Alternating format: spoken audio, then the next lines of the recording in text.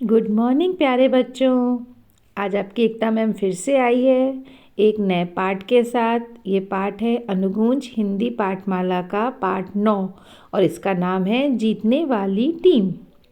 इस पाठ का मुख्य पात्र है आदित्य। कौन है? आदित्य है। ये कहानी है आदित्य और उसके दोस्त खलील के बारे में।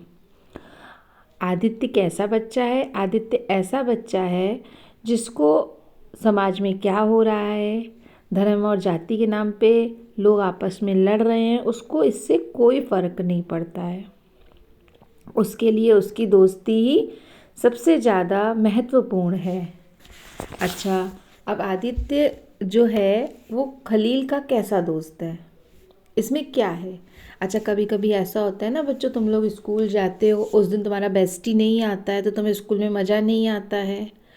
कौन होता है तुम्हारा पक्का दोस्त? तो वही होता है ना जिसके बिना स्कूल में लंच खाने में मज़ा नहीं आता है। अगर घर के बाहर उसके को बुखार है, वो नहीं आता है तो तुम्हारा उस दिन बाहर खेलने का मन नहीं होता है। बस ऐसा ही दोस्त था खलील। किसका दोस्त था? आदित्य का। दोनों का दिल मिलता था। ये कहानी शुरू करने से पहले तुमको इस कहानी का हम थोड़ा सा छोटे रूप में समझाते हैं क्या हुआ। देखो, जो बच्चे होते हैं ना, उनका मन बहुत पवित्र होता है। उनके मन में किसी के लिए द्वेष नहीं होता है। उनके लिए बस दोस्त मतलब दोस्त होता है। वो किसी भी धर्म का हो, किसी भी मजहब का हो, उन्हें कोई फ़र्क नहीं होता है। इस कहानी में बच्चा सो के उठा है और बाहर से दंगे की आवाज़ें आ रही हैं। इस तरह से ये कहानी शुरू हो रही है। परंतु उन दंगों में उसका जो दोस्त है, उसके ऊपर क्या हुआ, उसके साथ क्या हुआ, उसे इसकी चिंता है। वो दोस्त दूसरे धर्म का है, उसको इस बात से फ़र्क नहीं है। तो अब हम इस कहानी को शुरू करेंगे और इस कहानी को जब हम पढ़ेंगे तो इस कहानी में बहुत सारे पात्र आएंगे, है ना। तो जैसे अब इसमें क्या है, आदित्य के आई बाबा, तो आई बाबा क्या हो गए? Mummy papa. तो मम्मी पापा को अलग अलग नामों से, जैसे इसमें एक बच्ची आई के बारे में बात होगी, होगा सुजाता, तो सुजाता के मम्मी पापा, और खलील, खलील के अम्मी और अब्बा। तो ये सारे नाम जो यूज़ हुए हैं वो मम्मी और पापा के लिए ही यूज़ हुए हैं, बस उनको बुलाने का तरीका अलग है। ऐसे ही जो हमारे भगवान है ना, कोई उनको अल्लाह कहता है, कोई गॉड कहता है, कोई कुछ कहता है, लेकिन सब एक हैं। बस यही कहानी है। और बच्चे का मन इन सब धर्म के बारे में लड़ाई, धर्म को लेकर लड़ाई, सांप्रदायिक दंगे जो फैले हैं, इन सबको नहीं जानता है और वरना जानना चाहता है। उसके लिए बस उसको उसका दोस्त ही प्यारा है, उसको उसके दोस्त की चिंता है। तो चलो अब हम लोग इस कहानी को शुरू करते हैं। अच्छा बच्चों, ये भी ध्यान रखना, जब हम लोग इस कहानी को पढ़ेंगे ना, तो इस कहानी में बहुत सारे लोगों का जिक्र होगा। वो कौन से लोग होंगे? हो सकता है तुमसे इसमें पूछा जाए, इसमें एक क्वेश्चन तुम लोगों से आए कि इसमें कौन कौन से पात्रों के बारे का जिक्र हुआ था। तो इसमें आदित्य था, उसके आई बाबा थे। इसमें खलील है, खलील के अम्मी अब्बा का जिक्र है। उसकी बहन जोहरा का जिक्र है। उसके अलावा इसमें उसके और भी बहुत से दोस्त हैं जो उसकी क्लास में पढ़ते हैं, तुषार, अहमद, सुनैना, इमरा, रितेश। इसके अलावा उसके दो दोस्त हैं जो क्या कहते हैं, उसको बुलाते भी हैं खेलने के लिए, चिंटू, बबलू, और सुजाता नाम की लड़की उनके क्लास में भी है। इस इसमें और भी बहुत सारे पात्र हैं, जैसे इसमें इसकी जो आई हैं वो पाव वाले का जिक्र करेंगी, दूध वाले का जिक्र करेंगी। कहानी पढ़ते पढ़ते हमें पंडित जी के बारे में भी पता चलेगा। इस कहानी में उसके गणेश मामा, वैशाली मामी के बारे में भी पता चलेगा कि ये जो दंगे हुए, इसका किसी एक व्यक्ति या एक जने पे नहीं होता है, इसका प्रभाव बहुत से लोगों पे होता है। बहुत से निर्दोष लोगों को इस दंगों का दुष्प्रभाव, गलत प्रभाव झेलना पड़ता है। ये सब इस कहानी में हम लोग सुनेंगे। इस कहानी में दो लोगों का जिक्र और हुआ है जो घर की मरम्मत कर रहे हैं, टीचर जी और हेडमास्टर जी। ये सारे चरित्र इस कहानी में बताए गए हैं। तो बच्चों, कहानी शुरू करने से पहले आप लोग जल्दी से लाइक एंड सब्सक्राइब कर दीजिए। आदित्य की आंखें खुली तो एक अजीब खामोशी छाई थी। बाहर अभी अंधेरा था, रोशनी में भी, रसोई में भी रोशनी नहीं थी। अक्सर जब वह जागता तो आई बाबा रसोई में पहुंच चुके होते थे। अब ये सुबह के समय की बात है। सुबह जब अंधेरा होता है उस समय वो उठ, मतलब कि समझ लो ये करीब 4:30-5 बजे का समय की बात हो रही होगी, जब वहाँ पे अंधेरा था। लेकिन वैसे क्या होता था कि रसोई में थोड़ी मम्मी उसकी जो आई थी रोशनी कर देती थी। और उस समय जो रोज़ का नियम था उसमें उसके आई बाबा रसोई में जा चुके होते थे। बिस्तर में लेटे लेटे तमाम जानी पहचानी आवाज़ों और खुशबुओं के बीच उन्हें बतियाते सुनना आदित्य को बड़ा पसंद था। मतलब वो उठ जाता था, फिर वो अपने आई बाबा की बातें सुनता था, वो लोग मजाक करते थे, हंसते थे। उसी में जो आई उनकी खाना बनाती थी तो उसको आवाज़ें भी आती थी, खुशबू भी आती थी। प्रेशर कुकर की सीटी, बीच बीच में नल से पानी का बहना, फ्रिज के दरवाजे का बंद होना और आखिरी में दाल में छौंक डाले जाने पे छन्न सी आवाज। कुछ ही देर आई पूजा करने बैठती, फिर भुनी प्याज की महक में अगरबत्ती की गंध घुल मिल जाती। अब बच्चों ये होगा कि जब वो सो के उठता था, जब उसकी आँख खुलती थी तो उसे कौन कौन सी आवाज़ें सुनाई देती थी। तो तुम लोगों को याद है ना क्या क्या क्या लिखना है तुम लोगों को। लेकर कि जब वो लेटा रहता था तो उसे कुकर की सीटी, नल से पानी बहना, फ्रिज के दरवाजे का बंद होना, मतलब ये सब जो अभी हमने तुम्हें बताया ना, ये सब आवाज़ों के बारे में बताना है। लेकिन आज कुछ अलग हुआ। लेकिन आज उसे एक शब्द तक सुनाई नहीं दिया। कुछ ज़्यादा ही खामोशी थी। शायद अभी सुबह नहीं हुई है, आदित्य ने सोचा। उसको लग रहा है आज मैं जल्दी उठ गया हूँ। जैसे मैं जितने बजे उठता हूँ ना, आज मेरी नींद उससे भी पहले खुल गई है, तभी तो आज कोई आवाज़ ही नहीं आ रही है। तभी उसे वह आवाज़ सुनाई दी। कोई सुबक रहा था। उसने धीरे से पुकारा, मतलब उसको जैसे ऐसे वैसे रोते हैं ना, ऐसे सुबकने की आवाज़ आ रही थी। अब उसने पुकारा, आई। कोई जवाब नहीं मिला। अंधेरे में उसे कुछ दिखाई नहीं दे रहा था। भगवान जी की तस्वीर के सामने जलने वाली लाल बत्ती भी नहीं।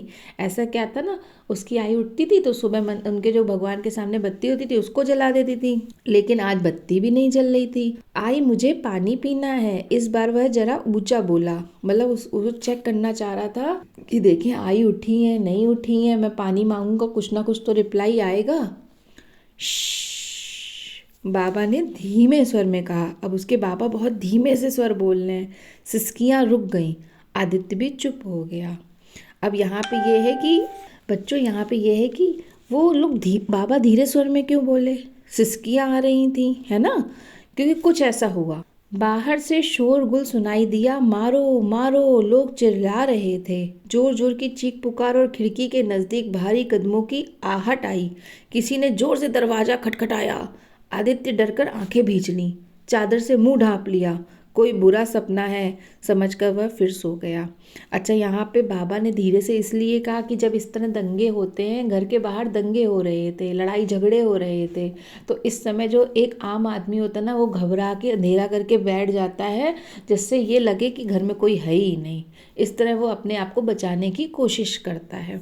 तो वही उसके घर का माहौल था। आई बाबा ने अंधेरा कर दिया था, बिल्कुल शांति कर दी थी कि किसी तरह से कोई भी आवाज़ बाहर ना आए। अगर कोई दरवाज़ा भी खटखटाए तो हम लोग ऐसा उसको मतलब एहसास कराएं कि घर में कोई है ही नहीं, ताकि कोई भी दंगा करने वाला है कोई भी हो, वो बाहर से बाहर ही लौट जाए और मेरा पूरा परिवार जो है पूरी तरह से सेफ हो जाए, सुरक्षित हो जाए।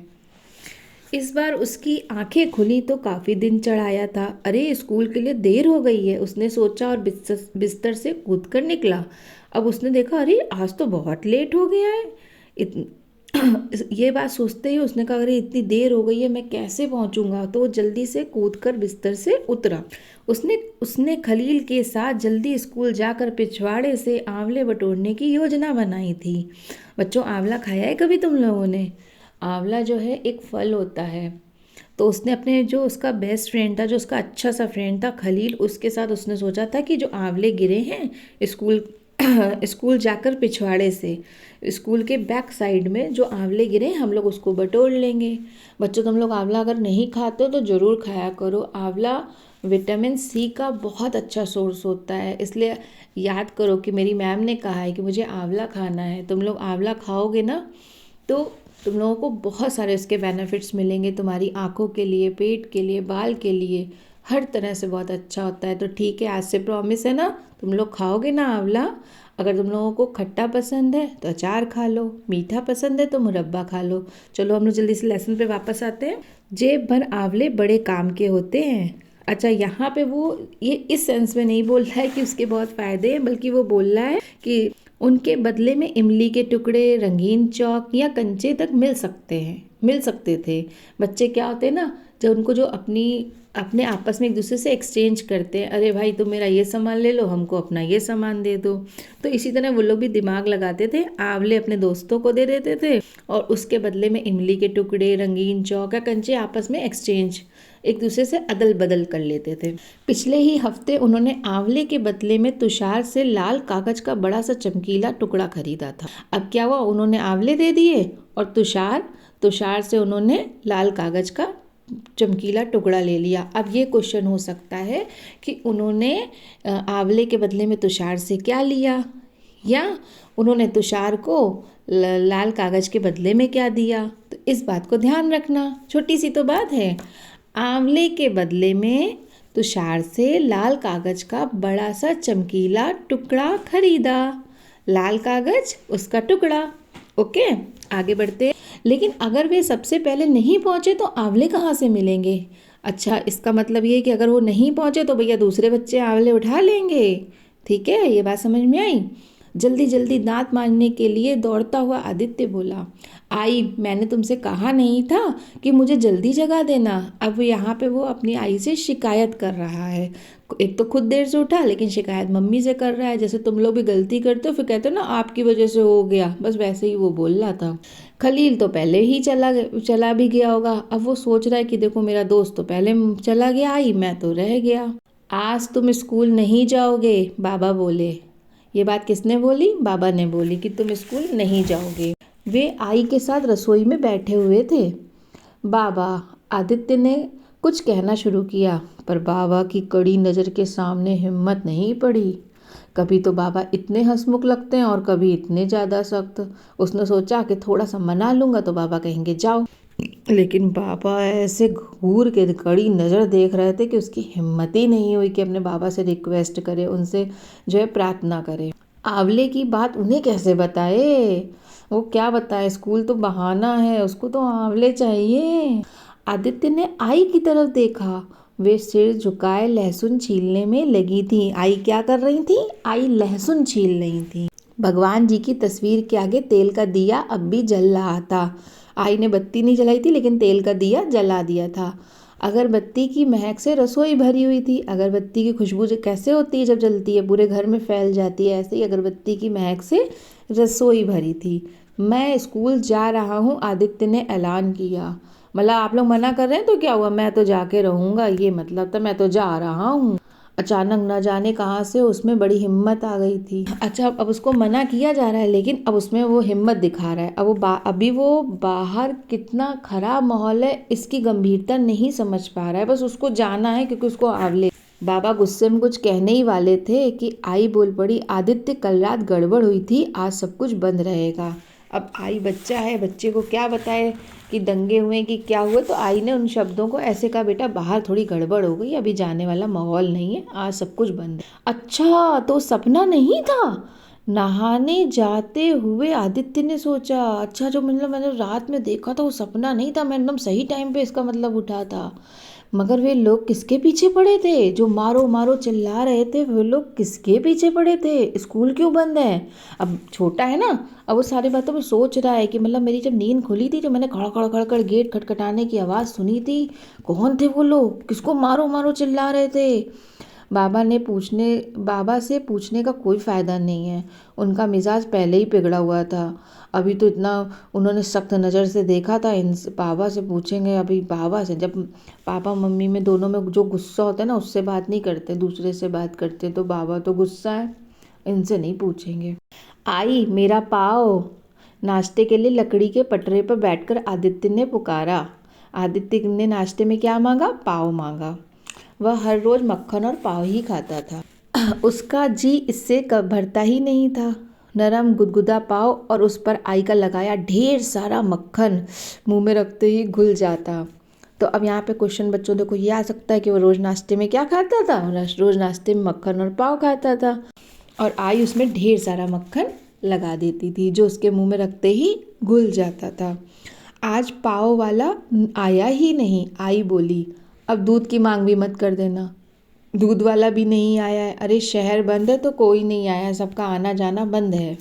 आई का चेहरा गंभीर था। आई परेशान थी। वो बड़ी थी, वो गंभीरता को समझ रही थी। आदित्य ने बिस्कुट और बटाटा पोहा गटके। अब उसने बटाटा पोहा को खा लिया, एक गिलास पानी पिया और उठ गया। उसने बिस्कुट भी खा लिए। वो सोच रहा था कि अचानक मिली छुट्टी का सबसे अच्छा इस्तेमाल कैसे किया जाए। जैसे अचानक तुम लोग स्कूल जाने वाले होते हो तो रेनी डे का मैसेज आ जाता है ना, तो कितनी खुशी तुम लोगों को होती है। बस आज उसको वही खुशी हो रही थी। उसने पलंग के नीचे से बल्ला निकाला, सिर पर कैप पहनी। वह सामने के दरवाजे से ही निकल ही रहा था कि आई तेज आवाज में बोली, आज घर में ही रहो। अरे बताओ, वो घूमने जा रहा है, उसने बढ़िया प्लानिंग करी है। अब आई ने कह दिया आज घर में ही रहो। आई, मैं कोई दूर थोड़े ही जा रहा हूँ, मैं तो बस खलील के साथ क्रिकेट खेलने जा रहा हूँ। उसने कहा, अरे दूर नहीं जा रहा हूँ, बस मैं खलील के साथ, जो मेरा दोस्त है उसी के साथ क्रिकेट खेलने जा रहा हूँ। आई और बाबा की नज़रें मिली। अब माँ जो उसकी आई थी, उन्होंने बाबा को देखा। दोनों ने एक दूसरे को देखा। बाबा ने आंखें दिखाते हुए कहा, क्या तुम एक दिन भी घर में नहीं रह सकते हो? अच्छी बात है, आदित्य बोला, मैं खलील को ही बुला लेता हूँ। मतलब उसने ऑप्शन दिया कि मैं नहीं जा रहा हूँ, मैं उसी को बुला ले रहा हूँ। हम घर के अंदर ही सांप सीढ़ी खेलेंगे। मतलब जो भी खेलेंगे हम खलील के साथ ही खेलेंगे। हम दोनों को एक दूसरे के साथ मज़ा आएगा। अब ये क्वेश्चन हो सकता है बच्चों की, वो क्या खेलने जा रहा था और बाद में उसने क्या कहा। तो वो क्रिकेट खेलने जा रहा था और बाबा के मना करने पर उसने बाबा से कहा कि हाँ उसको अंदर ही बुला ले रहे हैं, हम लोग सांप सीढ़ी खेलेंगे। अब फिर आई ही बोली, रात में गड़बड़ी हुई थी, घर से बाहर नहीं जाना, बाहर से नहीं जाना है। आदित्य ने मुंह लटकाया, अपना लट्टू उठाया और फर्श पर ही जम गया। अब आदित्य उदास, जाने को नहीं मिल रहा है। मुंह लटकाया मतलब उदास हो जाना। अपना उसने खेलने के लिए लट्टू उठाया, क्या बाहर नहीं जाना है तो चलो फिर लट्टू से ही खेला जाए। उसको वहीं पे फर्श पर ही जम गया। वो वहीं पे जैसे जैसे दिन चढ़ता गया, बाहर से बड़ी डरावनी आवाज़ें आईं, चीखती चिल्लाती भीड़ का शोर शराबा। मतलब अब टाइम बढ़ रहा है, समय बढ़ रहा है और बाहर से जैसे एकदम से शांति हो और एकदम से चिल्लाने की आवाज़ें आने लगी, मारो। फिर एक आध बार उसे पुलिस की गाड़ियों के जैसे कैसे बजते हैं सायरन, जोरदार सायरनों की भी आवाज़ें सुनाई दी। खिड़कियां दरवाजे अच्छी तरह से बंद थे, कोई भी घर से बाहर नहीं निकला। उसके अड़ोस पड़ोस में कोई भी बाहर नहीं निकला, बस आवाज़ें आ रही थीं। दोपहर के करीब दरवाजे पर बदहवास दस्तक हुई। अब दोपहर का समय और उसी समय दस्तक, मतलब जैसे ठक ठक ठक ठक की आवाज़ होती है ना, खटखटाना, वैसी आवाज़ हुई। गणेश मामा और वैशाली मामी अपने बच्चे के साथ आए हुए थे। अब यहाँ देखो, मामा और मामी की बात आई ना, उसका कौन कौन आया था उसके पास? मामा और मामी और उनका बच्चा, उनके बच्चे, यानी एक से ज़्यादा बच्चे थे। पूरा का पूरा इलाका जल रहा है। मामा ने कंधे पर टंगे झोले को उतारते हुए कहा। अब ये जो दंगे हुए थे ना, देखो इसमें उसके मामा का भी घर, उसके मामा के साथ भी हादसा हो गया। जो कुछ हाथ पड़ा हमने भरा और बस यहाँ चले आए। मतलब जो मामा जहाँ भी रहते थे वहाँ मामा के यहाँ भी सब कुछ जला दिया गया था। मामी बोली, उनकी आंखों में आंसू बह रहे थे। अब यहाँ पे क्या है कि जो ये सब होता है ना, इसमें निर्दोष व्यक्ति, जिनका कोई दोष नहीं होता है, सब मर जाते हैं, सबको चोट लगती है। तो बच्चों, तुम लोग बड़े हो गए, तुम लोग इस तरह के धर्म सांप्रदायिक दंगे, इन सब की बातों में कभी मत उलझना।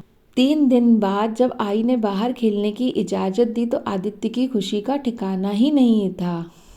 अब 3 दिन हो गए और उसको माई ने कहा, अच्छा ठीक है, अब तुम घर के बाहर खेल लो, पर आंगन में ही खेलना। आई ने कहा, गेट से बाहर पाँव भी मत रखना, नहीं तो मुझसे बुरा कोई नहीं होगा।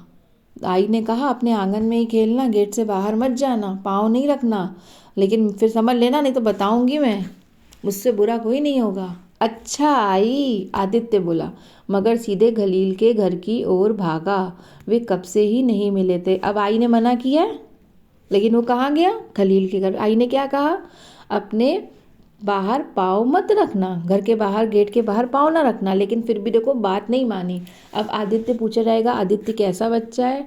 तो आदित्य ऐसा बच्चा है जिसके लिए दोस्ती बहुत महत्वपूर्ण है, उसको अपने दोस्त की बहुत चिंता है, लेकिन वो थोड़ा ज़िद्दी है। उसको आई कह रही है कि पाव पाव वाला नहीं आया है, लेकिन वो कह रहा है मुझे पाव मक्खन दे दो। ठीक है, उसकी आई कह रही है कि तुम घर के बाहर मत जाना, लेकिन और उसको ये भी कह रही है कि तुम समझना अच्छा नहीं होगा, लेकिन तब भी वो खलील के घर चला गया। तो यहाँ उसका कैसा स्वभाव पता चला कि वो थोड़ा जिद्दी बच्चा है और वो अपने दोस्त के प्रति बहुत प्रेम रखता है। उसके मिलने की जो इच्छा है वो उसको रोक नहीं पा रही है, तो अपने दोस्त से ना मिल पाने की तड़प उसको इतना मजबूर कर रही है कि वो अपने आप को रोक नहीं पाया और दौड़कर वो अपने दोस्त के पास चला गया। खलील गणपति मंदिर के बगल की चाल में रहता था। अब एक प्रश्न आपसे यह भी आ सकता है कि खलील कहाँ रहता था? तो गणपति मंदिर के बगल की चाल में। हर शाम आदित्य जब आई और कमला मौसी के साथ आरती के लिए जाता। आदित्य किसके साथ मंदिर जाता था? अपनी आई और अपनी कमला मौसी। यहाँ एक और पात्र का जिक्र हुआ, उसकी मौसी जिनका नाम कमला था। आरती के लिए जाता। खलील से उसकी मुलाकात जरूर होती थी। खलील को भी पता रहता था कि इस समय आदित्य आने वाला है, तो वो भी मंदिर के आसपास आ जाता था और वहाँ पे उसकी मुलाकात आदित्य से हो जाती थी। आदित्य मंदिर के अंदर घंटा बजाता, मूर्ति को प्रणाम करता, कटोरे में रखे सिंदूर से माथे पर टीका लगाता और फिर पंडित जी से प्रसाद लेकर बाहर खलील के पास भाग आता। जैसे हम सब बच्चे हैं, मंदिर जाते हैं, मंदिर के बाद अंदर जाके यही तो करते हैं ना, घंटा बजाते हैं, मूर्ति को प्रणाम करते हैं, टीका लगाते हैं और उसके प्रसाद लेके बाहर आ जाते हैं। वही इसने किया, लेकिन ये प्रसाद लेके अपने दोस्त के पास भाग जाता था। कभी कभी खलील भी उसके साथ मंदिर जाता था। अब दोस्ती थी ना, जहाँ तुम वहाँ हम, तो कभी कभी खलील भी मंदिर चला जाता था। दोनों बांटकर प्रसाद खाते, फिर जो प्रसाद होता था दोनों मिलके खाते थे। अब यहाँ न खलील के मन में भी भेद नहीं था कि मंदिर का प्रसाद मैं क्यों खाऊं, ऐसा कोई भेद खलील के मन में भी नहीं था। वो भी प्रसाद खाता था। खलील की जेब में भी हमेशा कुछ ना कुछ होता, आदित्य को देने के लिए, थोड़ा सा भजिया हो या गुड़ की डली। और इसी तरह आदित्य भी खलील से कुछ भी लेने में संकोच नहीं करता था। तो खलील उसके लिए कभी गुड़ की डली ले आता था, कभी थोड़ा सा भजिया ले आता था। तो जो कुछ भी खलील लेके आता था आदित्य उसे खाने में संकोच नहीं करता था। खलील की अम्मी अपने दरवाजे के बाहर मछली साफ करते करते उसे बुलाती, आदित्य बाबा तुम अंदर क्यों नहीं आ जाते? अब उसकी मम्मी यहाँ पे क्या करती थी? खलील की मम्मी मछली साफ कर रही थी। जिस समय वो आदित्य उनको बुलाने जाता था, उस समय उनका मछली साफ करने का समय होता था। लेकिन दंगे के बाद जब वो खलील के घर की तरफ गया तो उसने क्या देखा? उसको तो देख के विश्वास ही नहीं हुआ कि मैं कहाँ आ गया हूँ। अब खलील के घर की गली देखकर आदित्य के पैरों तले जमीन खिसक गई। पैरों तले जमीन, ये तुम लोगों का बच्चों एक मुहावरा है, मतलब अचानक से संकट आ जाना। पूरी की पूरी गली की शक्ल ही बदल गई थी। घरों को तोड़ फोड़ दिया गया था। खिड़कियों के शीशे, छतें और ईंट की दीवारें सब मलबे में बदल गई थीं। अब ये क्वेश्चन आ सकता है कि जब वो खलील के घर की गली की तरफ गया तो उसने क्या देखा? सब कुछ तहस नहस हो गया था। आदित्य को राख और अधजली चीजों का एक ढेर दिखाई दिया। उसमें जौहरा की प्लास्टिक की बड़ी सी गुड़िया थी। चेहरा जला हुआ था, मतलब उस बस्ती में आग लगा दी गई थी जिससे सब कुछ वहाँ पे जल गया था। खलील की बहन जौहरा की गुड़िया भी उसमें जल गई थी, उसका चेहरा जला हुआ था। आदित्य का दिल बैठ गया। अब छोटा बच्चा है ना, तो उसने सोचा अरे ये तो जब खिलौने जल गए तो अब आगे क्या हुआ होगा, वो सोच के ही परेशान हो। खलील का नया पीला बल्ला भी वहीं पड़ा। अब दोस्त का बल्ला तो पहचानेगा ना, तो उसने पहचान लिया, लेकिन टूटा फूटा। देखो यहाँ पे क्या है, पहले बताता है कि नया बल्ला था लेकिन टूटा फूटा, मतलब नई चीज भी टूट गई थी, कुछ बचा नहीं था। बेत की टूटी कुर्सियों और राख के बीच दबी पड़ी थी खलील की गेंद। वहीं पे कुर्सी के, बेत की जो बनी हुई कुर्सी थी और राख, उसके बीच में उसने पहचान ली अपने दोस्त की, खलील की गेंद, जिस पर बड़े बड़े अक्षरों में उसका नाम लिखा हुआ था। आदित्य ने उसे उठाकर देखा, वह अब भी नई लग रही थी। जो गेंद थी वो बच गई थी, उसमें खलील का नाम लिखा हुआ था। तो आदित्य ने जल्दी से उसे उठा लिया। उसने सोचा स्कूल में मिलेंगे तो खलील को लौटा दूंगा। उसने कहा चलो अगर यहाँ से हो सकता है, बस्ती में सब आग वाग लगी, वो कहीं चला गया हो, अब जब कल स्कूल में मिलेगा तो कल मैं उसे वापस कर दूंगा, कम से कम उसकी बॉल तो बच गई। मेरे दोस्त का कुछ तो सामान बचा। अगले सोमवार को जब स्कूल खुला, तो आदित्य गेंद साथ लेने जाना अब नहीं भूला। उसको पक्का विश्वास था कि आज स्कूल में तो मुझे वो पक्का मिलेगा, तो वो अपने साथ गेंद को लेकिन खलील स्कूल में नहीं मिला। खलील क्यों, अहमद, सुनैना, इमरा, रितेश सब के सब गायब। ये बच्चे जिनकी बस्तियों को जला दिया गया था, जिनकी बस्तियों में दंगे हुए थे, वे सारे बच्चे गायब थे। वो सब बच्चे नहीं आए थे। टीचर, खलील कहाँ है और बाकी सब? यह प्रश्न किया आदित्य ने अपने टीचर से। वे आ जाएंगे आदित्य, टीचर बोली, पर उनकी आवाज़ में कुछ ऐसा था जिससे आदित्य को महसूस हुआ वे अब नहीं आएंगे। आज टीचर ने बच्चे का दिल रखने के लिए उसको हिम्मत दी कि परेशान ना हो, आ जाएंगे। उसे रोना आ गया। वो समझ गया कि टीचर हमसे कुछ छुपा रही हैं, बस वो मेरा दिल रख रही हैं। उसका सबसे अच्छा दोस्त था, उसके साथ कितना मजा आता था। खलील मंदिर की बगल में रहता था और उसे आरती याद थी। अब यहाँ देखो बच्चों, खलील दूसरे मुसलमान है, दूसरे धर्म का है, लेकिन उसे, क्योंकि वो जो चीज़ रोज सुन रहा है वो चीज़ उसे याद हो रही है, उसके मन में भी बैर नहीं है। वह पंडित जी की नकसुरी आवाज़ में अच्छी नकल उतारता था। भले ही नकल उतारने के बहाने वो जो है पूरी आरती गाता था। खलील के साथ उसकी दोस्ती कितनी पक्की थी, वे हर झगड़े में एक ही तरफ होते। अगर कक्षा में या कहीं पे भी वो बाहर खेल रहे होते थे, अगर कोई झगड़ा होता था तो वो दोनों एक ही तरफ हो जाते थे कि नहीं, मेरा दोस्त सही है और मैं इसकी तरफ हूँ। ऐसा होता है ना तुम्हारे क्लास में, तुम्हारे पार्क में जब खेलते हो, दो ग्रुप बन जाते हैं ना, दो गुट बन जाते हैं ना, तो ऐसे उसके गुट में हमेशा खलील होता था, खलील के गुट में हमेशा आदित्य। इतने पक्के दोस्त थे। उन्हें हमेशा एक दूसरे की मदद का भरोसा था। उन्हें ये मालूम था कि कोई हमारी मदद ना करे, इस लड़ाई में मेरा दोस्त मेरा साथ। खेल में अगर दोनों एक ही टीम में होते तो आदित्य को विश्वास होता उन्हीं की टीम जीतेगी। उसको ये कॉन्फिडेंस था, उसको ये पक्का विश्वास था कि अगर ये मेरे पास आ गया ना, ये मेरा पार्टनर बन गया ना, तो पक्का मेरी वाली टीम जीतेगी। ये मेरे ग्रुप में आना चाहिए, ये मेरे गुट में आना चाहिए, और जैसे ही वो आएगा तो मैं जीत। ये अपने दोस्ती पे उसको विश्वास था। तभी उसके क्लास की सुजाता को कहते सुना, मेरे पापा मम्मी से कह रहे थे कि सारे मुसलमान शहर छोड़कर दूसरी जगहों पर चले गए हैं। आदित्य को लगा उसकी छाती में कुछ फंसा सा रहा है। मतलब यहाँ उसकी छाती में कुछ नहीं फंस गया था। वो परेशान हो गया, उसे उलझन होने लगी। वो समझ ही नहीं पा रहा था कि क्या हो रहा है, मेरा दोस्त कहाँ चला गया है। वो मतलब टेंशन हो गई थी, बहुत चिंतित हो गया था। बाद में हेडमास्टर ने सबसे कहा, तुम्हें पता ही है कि बहुत से लोगों के घर जल गए हैं, उनका सब कुछ ख़त्म हो गया है। अपने माता पिता से कहना कि उनके लिए पुराने कपड़े, चावल, चीनी जो भी बन पड़े दे दे। अब ये सब आदित्य अपनी आंखों से तो देख ही आया था। वही हेडमास्टर ने वहाँ आके सबको सूचना दी कि बहुत से लोगों के घर जल गए हैं, बस्ती की बस्ती जल गई है, तो तुम लोग जो बच गए हो, जो तुम लोग समर्थ हो, तो अपने हिसाब से औरों की मदद करो। आदित्य ने कल्पना की कि इन गरीबों में खलील भी है। किसी और के पुराने कपड़े पहने खिचड़ी लाइन में खड़े उसकी आंखें आंसुओं से भर गईं।